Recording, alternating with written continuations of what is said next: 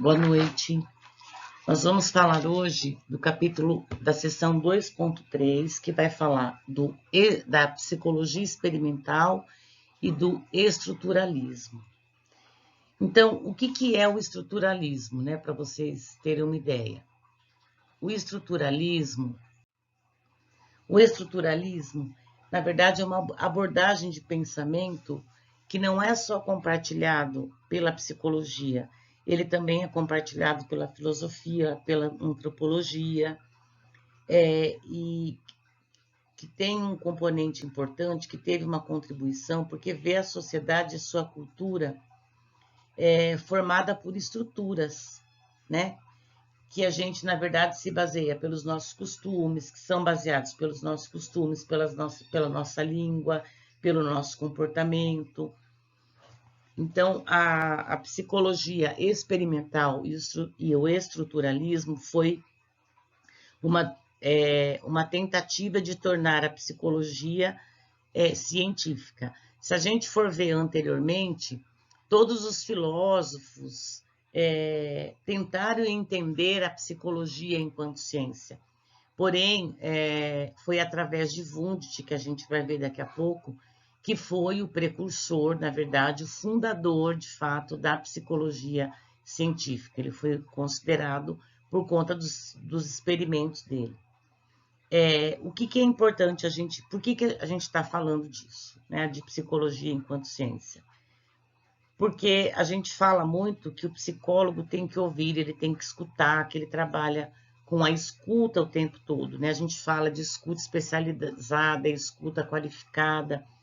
Na verdade, a psicologia vai além de saber ouvir. Além de ouvir, é necessário que haja uma forma científica de se ouvir, né? O método, na verdade, que vai além das meras impressões. Porque se eu não tenho uma definição clara do meu objeto, a psicologia, de fato, ela não passa de um mero bate-papo, né, um bate-papo, uma conversa, e na verdade não é isso. Esse saber ouvir, ele tem que partir de uma forma científica de ouvir, que não é simplesmente ouvir. E aí ele vai falar no texto, ele traz um exemplo de situação-problema para vocês depois, que fala que vocês, supondo que vocês estejam com um paciente hospitalizado, né, em tratamento, de que forma que vocês ouviriam, né, e o que vocês diriam para ele. Depois vocês vão ler essa situação-problema, até para entender um pouco o conteúdo da nossa aula. Bom, o precursor, o fundador da psicologia científica enquanto ciência, foi considerado, né, foi o Wundt, porque ele criou, na verdade, um laboratório de psicologia lá na Universidade de Leipzig no século XIX e contribuiu também com um compêndio de psicologia lá em 1896. E aí ele começa a definir o que é psicologia. Então, para ele, a psicologia não poderia ser a ciência da alma, porque a alma não é empírica. Alma, eu não vejo alma, então ela não pode ser científica, né? Quando eu faço uma tomografia, eu não vejo lá amor, paixão, né? Porque isso eu não consigo ver, né? Eu consigo, se a gente pensar em consciência, é isso, ainda é isso. Hoje não, a ciência avançou muito, mas naquela época era muito mais, né? Até pela falta de conhecimento e de estudos, ela iniciou dessa forma. Então, para ele, não poderia ser a ciência da alma, porque não era científico. Não poderia ser a ciência da mente, porque a mente também era uma substância imaterial. Então, eu não tinha como estudar essa substância material. E aí ele cria o método científico, né, através da psicologia experimental, que a gente já vai ver. Bom, para a gente entender um pouco o método dele, o que ele quer dizer, eu vou até trazia o exemplo do livro, ele fala que a psicologia é uma ciência empírica, cujo objeto é a experiência imediata. Desta forma, ele descreve com clareza a definição de psicologia e o seu objeto de estudo, que foi fundamental para a existência de uma ciência. Por que ele fala que é uma ciência empírica cujo objeto é a experiência imediata? Porque é a experiência imediata, na verdade, ele está preocupado com a experiência que eu posso quantificar, com a experiência que passa pelo meu consciente. Aquilo, ele nem cita a questão do inconsciente na época, mas aquilo que não é consciente não pode ser quantificado. Então, ele traz um exemplo da experiência imediata. Então, ele fala que a experiência imediata ela é a experiência mais pura que alguém pode ter. Por quê? Porque é uma experiência que não está sujeita à interpretação ou análise racional. E a experiência mediada ou a mediata é a mais objetiva que tem, porque ela pode ser quantificada. Então, no próprio texto, ele traz um exemplo, que a experiência imediata é a mais fácil de ser entendida, como a experiência que o sujeito tem diretamente. Então, é aquilo que ele tem direto. Podemos tentar entender, por exemplo, como é o sabor de uma fruta e não através das explicações de alguém. Então, eu posso entender o sabor, né? A explicação, por exemplo, que ele fala. Eu posso conhecer o sabor de uma fruta que eu não conheço morango, mas eu posso conhecer através da experiência de uma explicação que alguém vai me dar. Ah, que o morango é azedo e ele é vermelho. A pessoa está me dando explicação. Então, eu posso conhecer essa fruta através do que alguém me explica. Isso é uma experiência mediada. Por que é uma experiência mediada? Porque é uma experiência quantificada, é uma experiência objetiva. A pessoa está me contando e eu estou... Quando eu como a fruta e eu sinto o gosto diretamente dessa fruta, aí é uma experiência imediata. Porque se eu como a fruta, eu experimento a fruta, a minha experiência é naquele momento, né? Agora, a partir do momento que alguém me fala da experiência, isso vai passar, né? Vai carecer de uma interpretação, de um raciocínio. E aí ele coloca que a experiência mediada é a mais objetiva, que é o que eu coloquei aqui, podendo ser quantificada. E aí ele dá um outro exemplo, um termômetro. Em vez da pessoa sentir o clima, o calor ou o frio, que é imediata, porque eu estou ali, eu estou sentindo, né? Eu uso o termômetro. O termômetro, ele não é uma experiência imediata.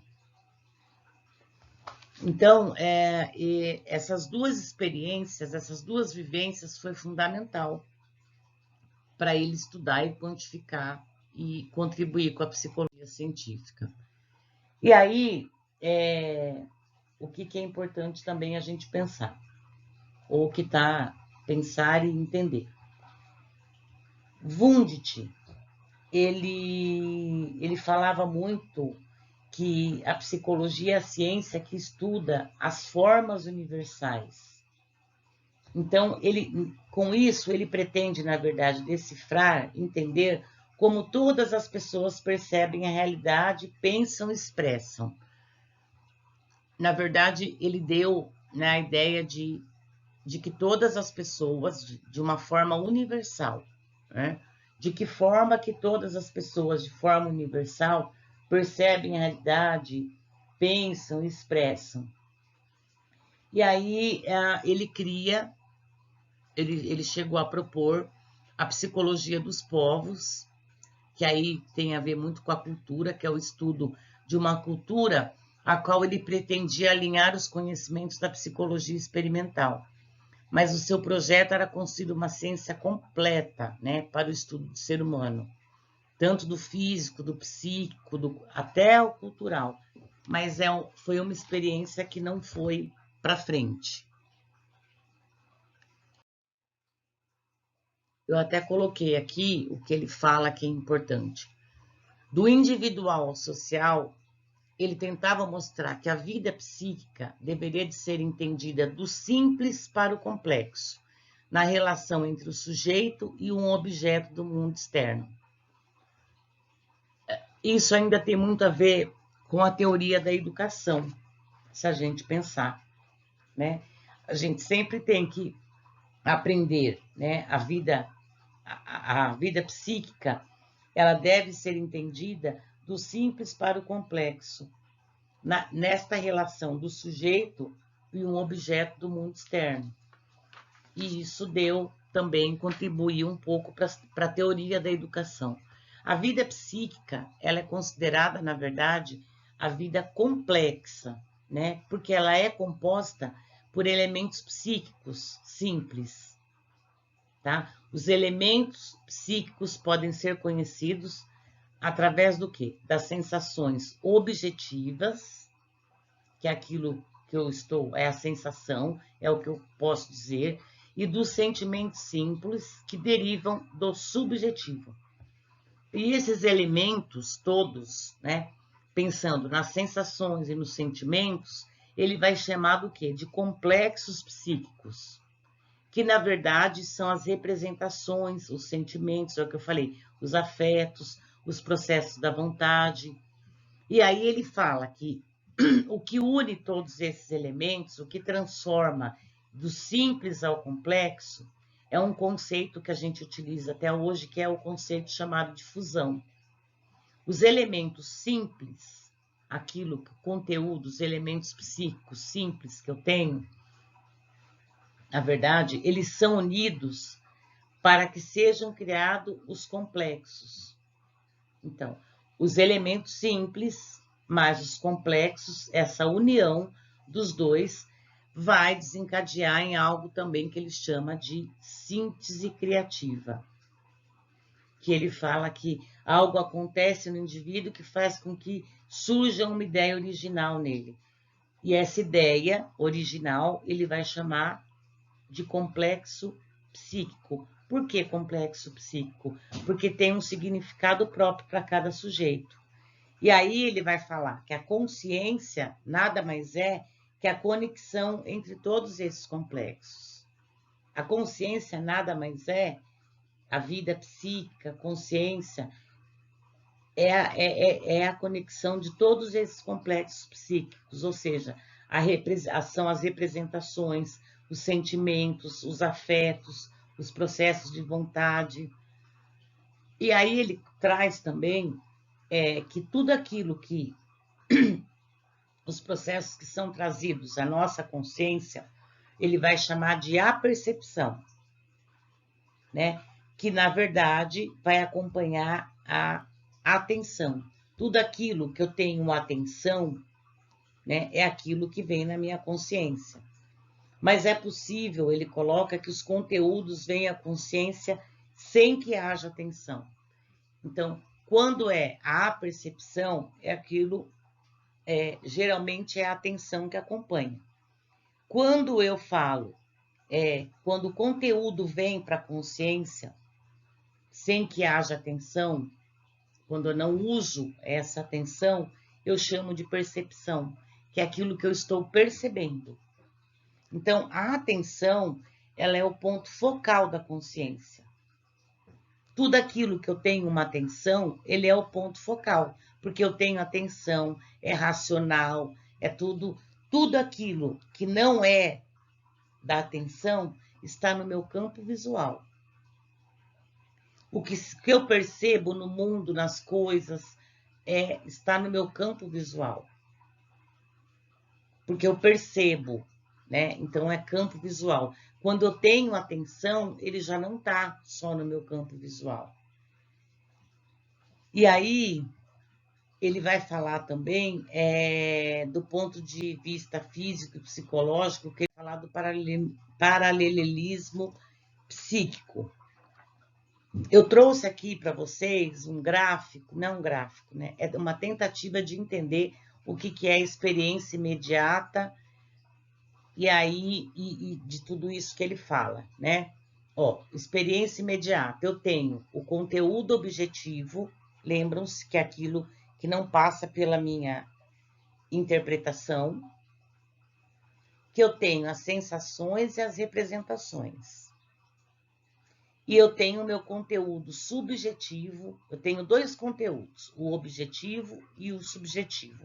O subjetivo, eu tenho o sentimento simples, que eu falei para vocês, né? Do sentimento simples, que são construídos pelos complexos. E aí, do sentimento simples, do simples ao complexo, eu passo pelo complexo, eu passo pelos afetos, eu passo pelos processos da vontade, da volição. E é a fusão que vai dar o meu conteúdo da consciência. Ele é bem complexo, mas vocês vão entender depois que a gente for falar de uma outra escola de psicologia. Bom, como é que se dá a conexão desses complexos psíquicos? Eu tenho a percepção, que eu preciso da atenção, que é o meu ponto focal. A atenção é o meu ponto focal. Quando eu não tenho a minha atenção, quando eu não foco, eu entro naquilo que é percepção, que está ligado ao meu campo visual. Quando eu vejo algo, eu tenho uma percepção daquilo que eu vejo. Bom, aí ele tentou argumentar, né, trazer vários elementos aí para compor a psicologia científica e, infelizmente, isso não vingou, mas ele tinha um aluno, que é o Titchener, que desenvolveu uma outra linha de estudos na psicologia, que é chamada de estruturalismo. Novamente, é uma abordagem de pensamento que vê a sociedade e sua cultura formada por estruturas, sobre as quais baseamos nossos costumes, a nossa língua, o nosso comportamento. Bom, o que ele falava, Titchener? Que a mente tem uma capacidade de organização voluntária, ou seja, a mente tem uma capacidade de se organizar voluntariamente. A mente não tem capacidade de se organizar involuntariamente. Ele chegou a essa conclusão. Eu usava a experiência imediata, que é aquela experiência que não passa pela interpretação, que não passa pela razão, como um caminho para entender todo esse processo. Então, para se ter acesso à experiência imediata, ele dizia que existia necessidade de que as pessoas... havia necessidade das pessoas viverem essas experiências. E quando eu vivo essa experiência, isso é bem complexo. Eu compreendo a subjetividade dos fatos objetivos. Porque, na verdade, é isso. Eu posso ter lá uma experiência imediata, mas existe uma necessidade que haja pessoas vivendo essas experiências. Quer dizer, há necessidade que as pessoas vivam as experiências. E aí a gente vai compreender a subjetividade da pessoa através do que ela nos traz os fatos objetivos. E aí ele fala que muitas vezes a gente pode cair num conceito que ele chama de erro de estímulo, que é a confusão entre o processo mental e o objeto de estudo, que é a confusão daquilo que eu percebo, daquilo que eu introjeto com o objeto que eu estou estudando. Muitas vezes eu acabo me enganando e me confundindo, né?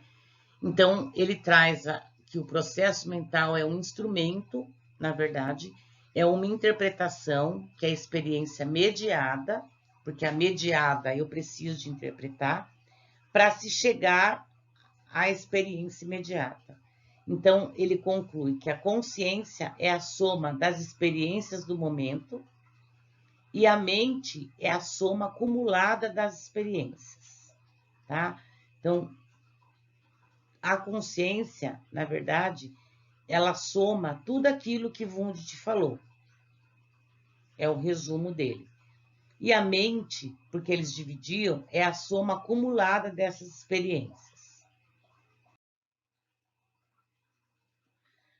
Como é que ele fazia essas experiências? Ele fazia o uso através da introspecção. Essa técnica de introspecção, a gente ainda utiliza, e eu não vou me atentar porque a gente vai falar um pouco dela em outras escolas. Foi que contribuiu para o desenvolvimento das pesquisas futuras em psicologia. O que é a técnica da introspecção? É eu interpretar ou eu definir aquilo que está no meu consciente. Então, ele no laboratório tinha algumas experiências do tipo, acho que Wundt também trazia isso, que ele pedia para os alunos descrever a situação de, por exemplo, de ir ao banheiro. Né? Como é que eu descrevo isso? Eu vou urinar, por exemplo. Como que é a minha experiência de urinar? E os alunos tinham que descrever a situação de uma forma objetiva. Bom, a partir da introspecção, ele descreveu 3 estados básicos da consciência. Primeiro, a sensação, que vai englobar todos os elementos que estão presentes em qualquer objeto. Segundo, a imagem, que são as ideias presentes no sujeito como lembranças. E o terceiro são os estados afetivos, que são os elementos das emoções que são presentes na experiência. Ou seja, sensação,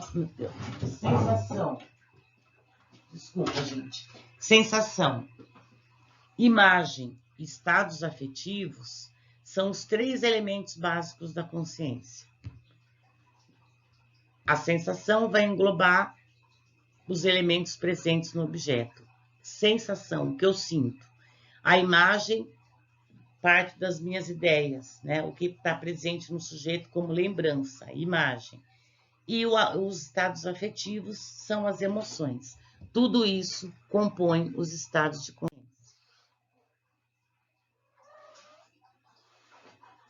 Desta forma, a sensação traz as características do objeto, se é quente, se é frio, se é áspero, se é macio. A imagem traz as características do sujeito e os estados afetivos demonstram a relação que eu tenho com eles. Né? Então, tem algo que eu sinto, tem algo que eu vejo e tem algo que eu demonstro que está na minha relação com ele. E aí ele fala que as categorias dos elementos mentais referentes à sensação e à imagem, isso também contribuiu bastante na questão científica. A primeira é a nitidez, que é a clareza de que se tem, a duração, quanto tempo dura, a intensidade, se é fraco ou se é forte, e a quantidade, o que distingue de outras sensações e imagens. Tá?